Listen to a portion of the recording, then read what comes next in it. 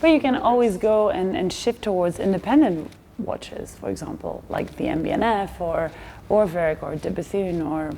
I've never heard of any, any of those.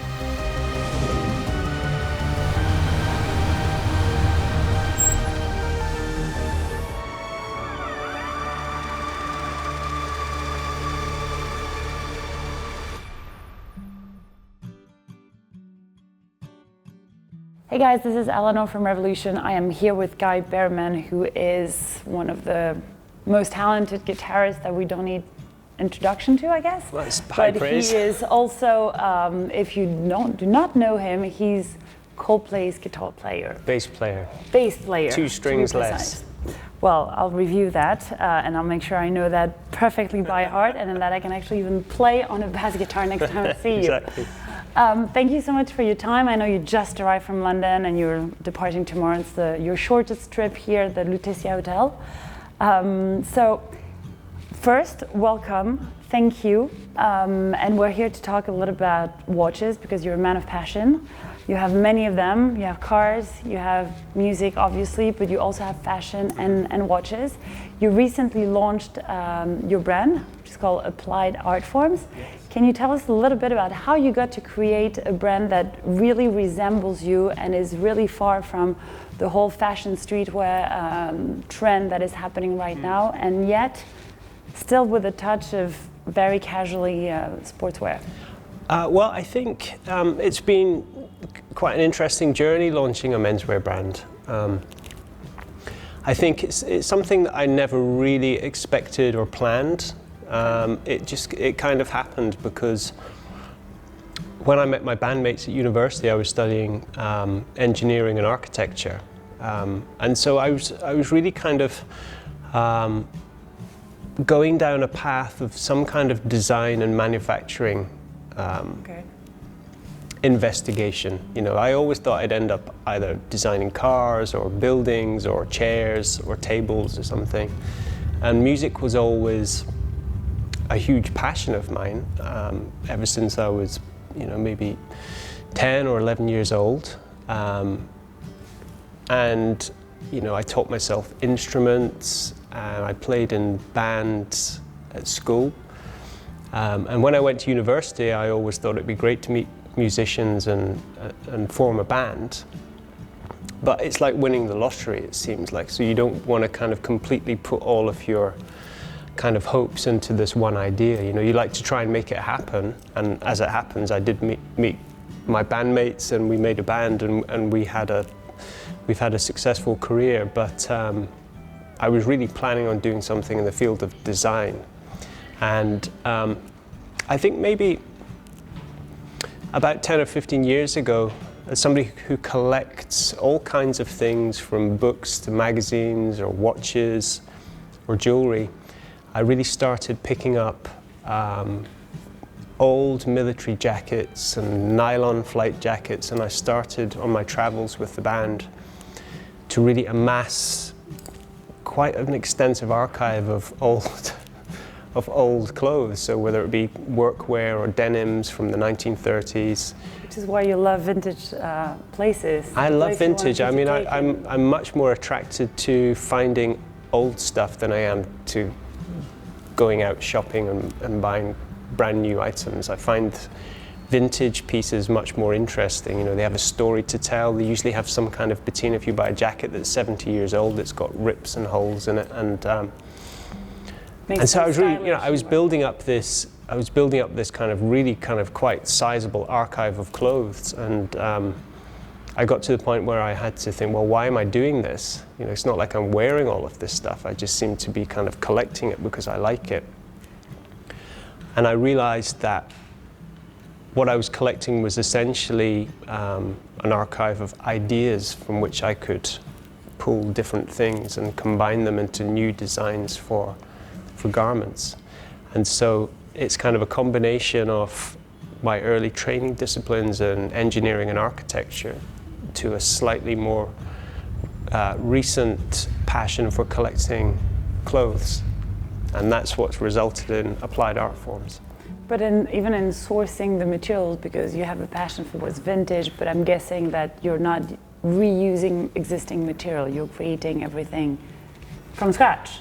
We do mostly create new garments, but the fabric selections tend to be based on heritage. So we use a lot of cotton called Ventile for our outerwear, which was a fabric developed for fighter pilots in the Second World War. It's a very special kind of cotton. It's an extremely densely woven cotton which naturally repels water, which makes it very good for outerwear. And but we do reuse materials. We're making bags out of old parachutes at the moment. That's cool. And we have plans to actually collect lots more vintage material to repurpose that material into new garments. And what was your biggest challenge in creating a brand, garments, cuts, shapes, getting into production and eventually in stores, obviously? I think the easy part for me is the designing and the production. That's just a process that I'm very comfortable doing. I think launching a brand, I think any brand in any field, whether it be making watches or making jewelry or whatever, the biggest challenge is just getting yourself out there, without spending gazillions of dollars into Facebook on marketing, which is just not something that we can do because we run a very tight ship in terms of the business. But I think the biggest challenge is to really just let people know that you exist. Well, you have the chance of being someone somehow recognizable, and you have a platforms to talk about. So do you ever mix your relationship and your title with Coldplay to what you're doing outside of the band? I keep it separate. I think Applied Art Forms, it has to be a standalone brand, and so it doesn't get confused with the other members. It can't lean on the fact that it's been founded by somebody who's part of a well-known group. Being a member of Coldplay can be very helpful in terms of the process, but it can also be a hindrance as well sometimes, and so it kind of cancels each other out. But it's very important to me that it's a standalone brand, and people are buying our garments for the right reasons. And if we move a little bit into watches, do you have the same approach when it comes to, you were saying that you were collecting military jackets for a long time because it brings out heritage and to some extent some sort of like emotion. Your approach to watches, whenever you want to buy a watch, is it more vintage driven, or do you also wear modern? I definitely lean towards vintage watches. I don't know why, really. I like the idea that a watch has lived a life. I like watches that have got character and patina to them. So like a tropical dial, for instance, is a very beautiful thing. The watches I like tend to be tool watches, so chronographs or diving watches, because I think, like most other things, I like them because their design has been arrived at through a functional process. So it looks a certain way because it has to do a certain task. So I'm not really somebody who is attracted to any kind of decoration just to make something look pretty. I like things which look a certain way because they've been designed to do a specific job. What's the first one that you bought? The first watch that I bought was vintage. Then we'll get into modern. The first that would be an Omega Speedmaster. It was called an Ed White Speedmaster, which means it's from a particular year, and it was completely beaten up. I bought it in the Burlington Arcade in London. Completely on a whim. I saw it in a window and I just thought it looked beautiful. So driven by emotion. I bought it. It's completely opposite to what a lot of people are doing right now, is that they want to buy a watch to make an investment rather than being driven through emotion. Yeah, and I think I think I always buy things for the right reasons. But the first watch that I bought was actually, it was a new watch, and it was a Rolex Air King. And I remember I bought it when I was, I think, maybe 20 years old, and we'd signed a record deal and we'd made an album, and I think our first check had come through, and I had a little bit of money, and I didn't know what to do with it. I never had money like that, it wasn't like huge amounts of money, but it was some money. After being a student, it felt like a lot. And I was kind of wondering what to do with this money, and I felt, well, I guess I should buy a watch, because it seems like a car, even though you've been passionate about cars, or even a piece well, of I didn't start driving. I didn't start driving until I was 25. Really? Yeah. How come? Because I went to uni, I failed my driving test when I was 18, and I went to university in London, and of course you don't really want a car in London, it's just a pain. And so I couldn't buy a car because I couldn't drive it. And I think you feel, buying a watch feels like a significant and special thing to buy, and it felt like the right thing to do. I don't particularly like that watch. I never really wore it. It's a bit too small. Okay. But it's still a nice memory of that time, and I think your life can be. I think a lot of people document their life in their watches that they have in their collection. But actually, speaking of documenting, you do have kids. Do you ever buy a watch with the purpose of transmission, about thinking, oh, I'm going to give this one, or I'm going to keep that one, or that would be a nice 18 or 21? Absolutely, yeah. When I turned 40, I bought a 1972 double red sea dweller, which is my everyday watch. Okay. Not today's though. Not today's, because we're being hosted by TAG Heuer today. Of course. And I definitely feel like, well, this is a watch that's going to go to my son. I've got a 4-year-old son. I have daughters as well, but they'll get different watches. I think the double red sea dweller's probably a bit too masculine for them. Or a bit too big probably. I've tried it. My partner Kesh has tried it on her wrist, and it just doesn't sit that well. But I have other watches earmarked for the other kids, and so I definitely feel. That's a nice thing about watches, is you feel a sense of, with good mechanical watches, you feel there's a sense of permanence about them, that they're going to last for hundreds of years if they're looked after properly. But when you go on tour, do you always wear a watch?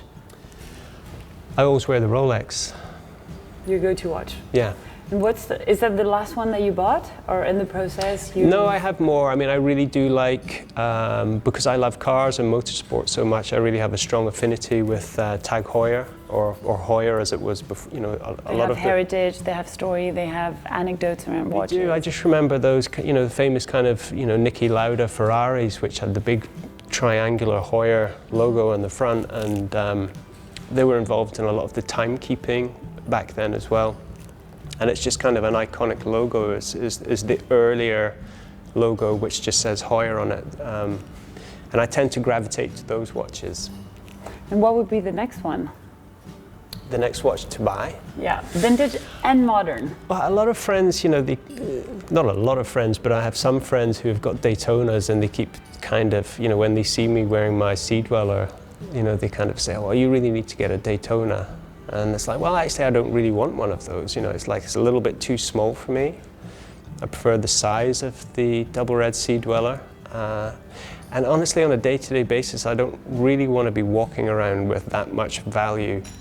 But you can always go and shift towards independent watches, for example, like the MB&F or Orvec or de Bethune or...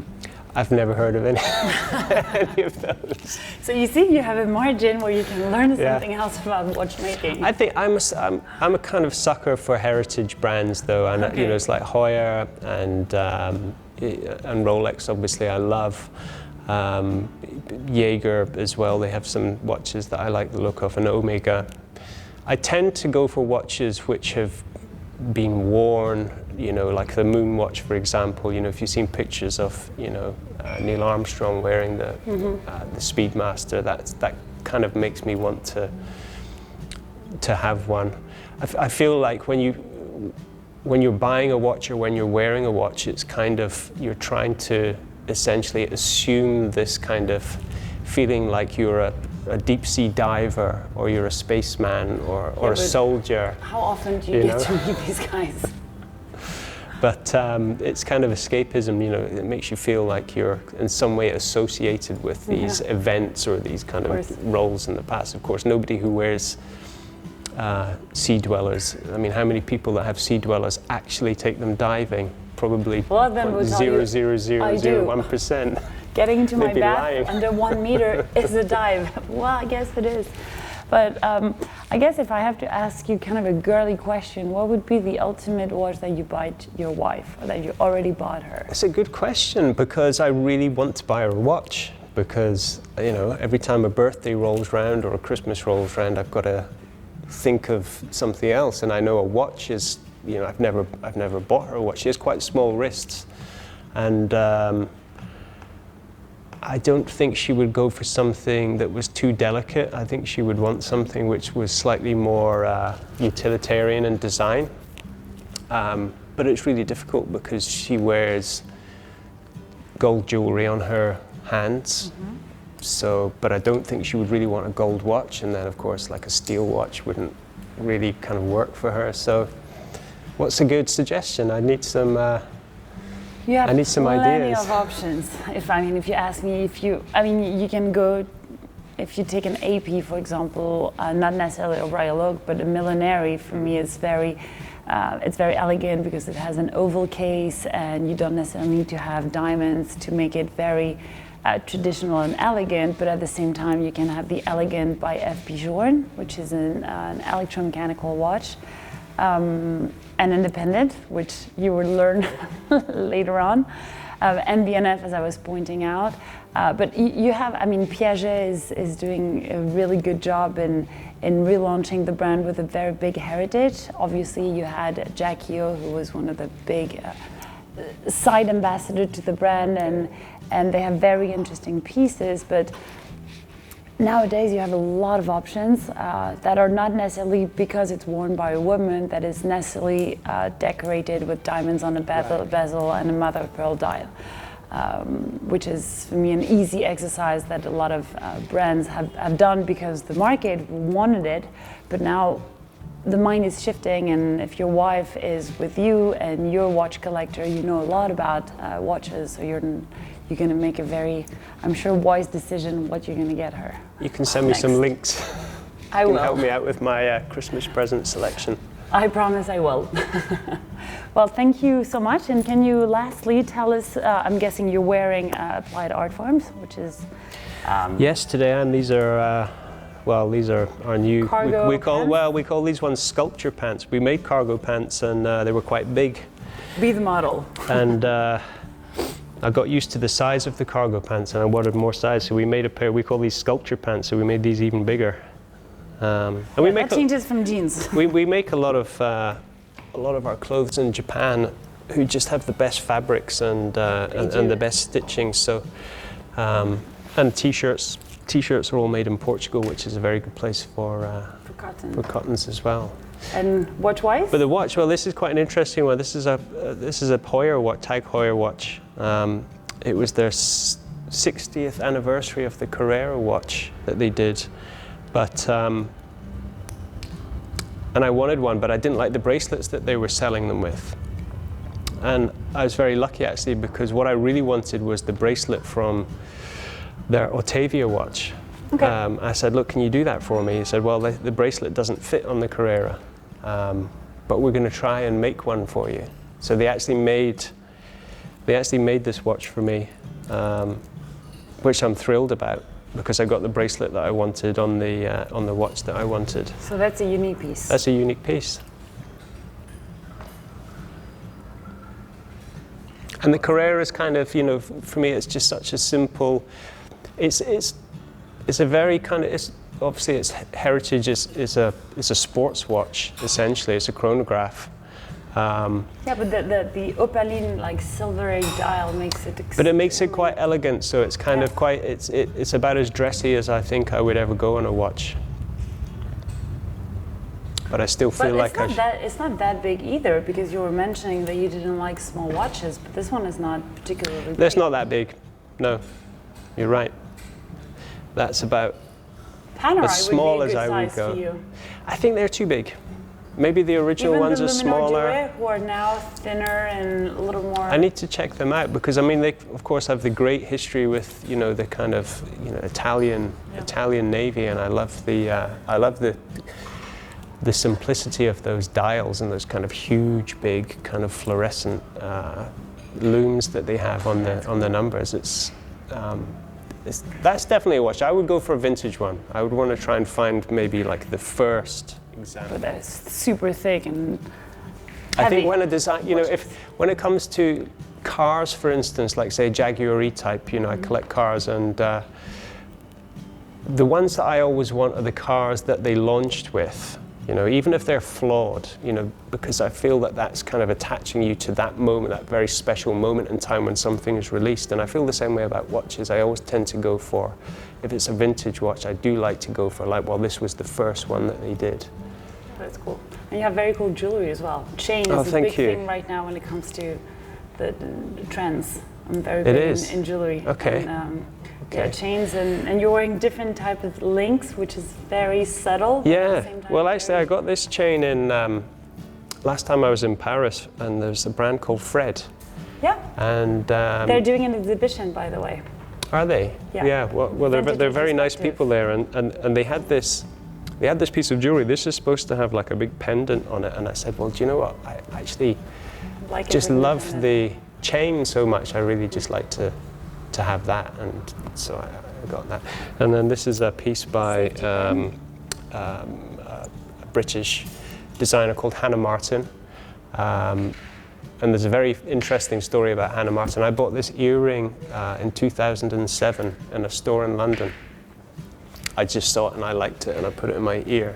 Just like the watch you bought in the Wellington arcades. Exactly. And a few months ago, maybe 6 months ago, I was coming through the airport. I was flying back from Los Angeles to London, and I was coming through the airport, and this lady with kind of a big Mohican and shaved head came up to me, and she was kind of looking at my ear, and she went, "Excuse me, have you had that earring long?" And I was like, "Yeah, I can't remember how long, but it's been like 15 years, plus or something." She's like, "Ah, that's cool. I made that." And it was Hannah Martin, and it's so strange because we just struck up a friendship, and I decided it was so strange. And this was at a time when I was exploring making some jewelry for applied art forms, and I was looking for ways and for people to collaborate with. And I felt that meeting was almost like the universe calling. It was like telling us something, and we both realized how weird it was, and we've kept in touch, and we've actually designed a capsule collection of jewelry together, which will come out next year, I guess. Cool. So I guess I'll book another interview to speak about jewelry next. Exactly. Yeah, love to. Well, thank you so much for your time. Absolute pleasure. Enjoy strolling the streets of Paris while it lasts with this beautiful sunshine. Thank you. And have a safe trip back to London. Thank you so much.